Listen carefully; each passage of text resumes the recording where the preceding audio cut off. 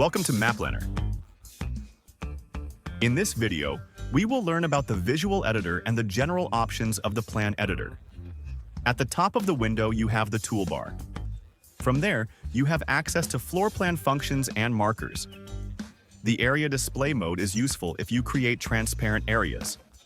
By switching modes, you can easily see them. Although your plan is saved automatically, it is advisable to save it before leaving the design screen. If you select a marker, new functions appear in the bar, such as duplicate and delete marker.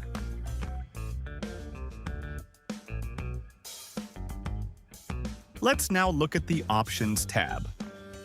At the top, you can manage up to 3 floors for the plan.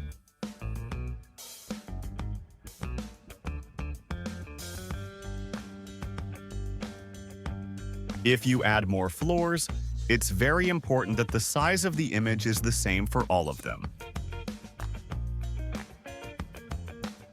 In this tutorial, we stick to 1 floor or level. With the theme selector, you can define the style of the components in your layout.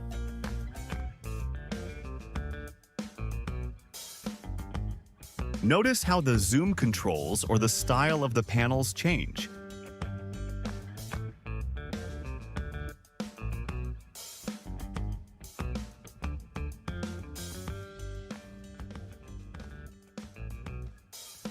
Your floor plan can use the fonts from the theme or from your website.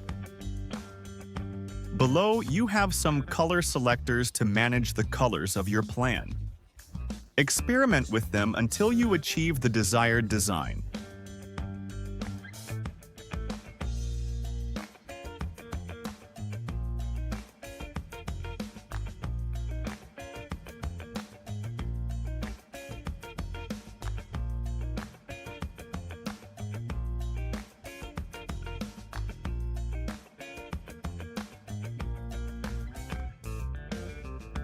In this field, you or your programmer can make CSS adjustments to finalize the style of your plan.